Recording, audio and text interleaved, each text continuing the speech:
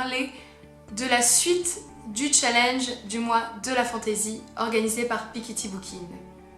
Je vous avais laissé avec une vidéo où je vous présentais le challenge ainsi que les différents sous-genres de la fantaisie. Je vous mets bien sûr le lien de cette vidéo en barre d'infos. Aujourd'hui, je vais vous montrer les livres que j'ai sélectionnés pour ce challenge. Vous commencez à me connaître et vous savez que j'aime diversifier mes lectures. J'ai fait ma petite sélection, mais j'aurais pu prendre d'autres livres. Parce que oui, je me suis rendu compte que j'avais pas mal de livres fantasy dans ma bibliothèque. Et des livres que je n'avais pas encore lus. Par exemple, les 3 tomes de la Croisée des Mondes, poursuivre la saga Percy Jackson, lire enfin un futur coup de cœur, Le sang des dieux et des rois. Voilà, j'avais quand même pas mal de choix.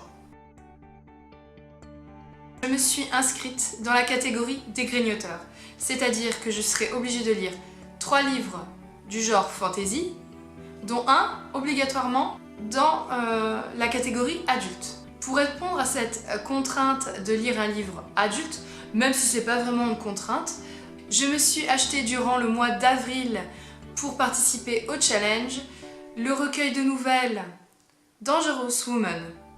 Ce livre est un recueil écrit par différents auteurs du monde de la fantaisie qui met en scène un héros et plus précisément une héroïne.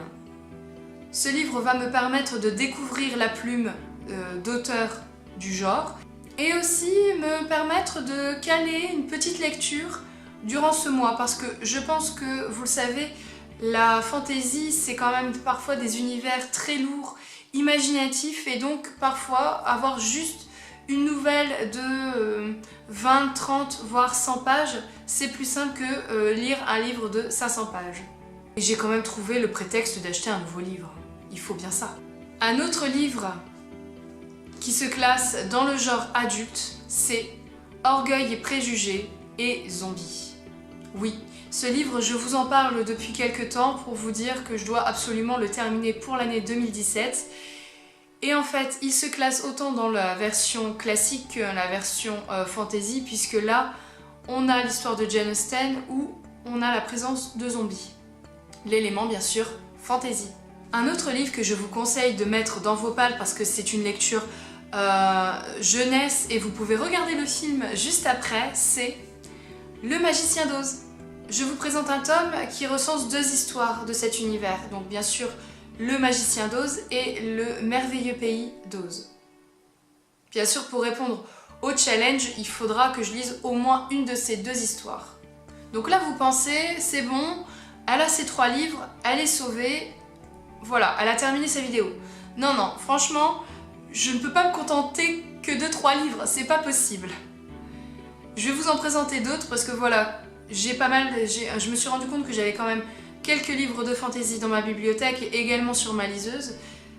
Mais cela peut vous aider à également faire votre choix dans votre bibliothèque et voir un peu l'étendue du monde qu'offre le genre de la fantasy. Je vais également profiter du mois de mai pour poursuivre, voire terminer la saga, la trilogie des gemmes. Alors j'avais prévu de lire Bleu Saphir au mois d'avril mais je n'ai pas eu le temps de le faire. Donc j'ai profité du mois de mai pour lire cette trilogie. Alors vous avez Bleu Saphir, mais vous avez également Vert Émeraude, qui est le 3e tome. J'ai eu un coup de cœur pour Rouge Rubis, donc je pense que je vais passer une agréable lecture en lisant le tome 2, voire le tome 3. Et oui, on se fixe des objectifs parfois un peu inatteignables. Finir une saga en un mois. Oui, je me dis que c'est possible. Et enfin, je vais vous présenter bien sûr un objet livre magnifique, c'est Le Château d'Édouard Carré, le 1er tome de sa saga Les Ferrailleurs.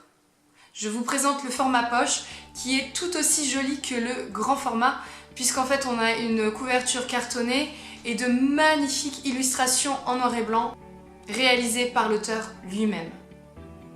Voilà, c'en est tout pour cette palle du challenge du mois de la fantaisie.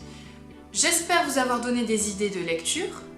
N'hésitez pas à me donner en barre d'infos la palle que vous vous êtes fixée pour ce challenge. Ce sera avec plaisir que j'irai la consulter. Et souhaitez-moi bonne chance pour pouvoir lire mes livres de fantasy et mes autres livres que j'ai prévus pour le mois de mai. D'ailleurs, je vous retrouve pour la palle du mois de mai prochainement en vidéo.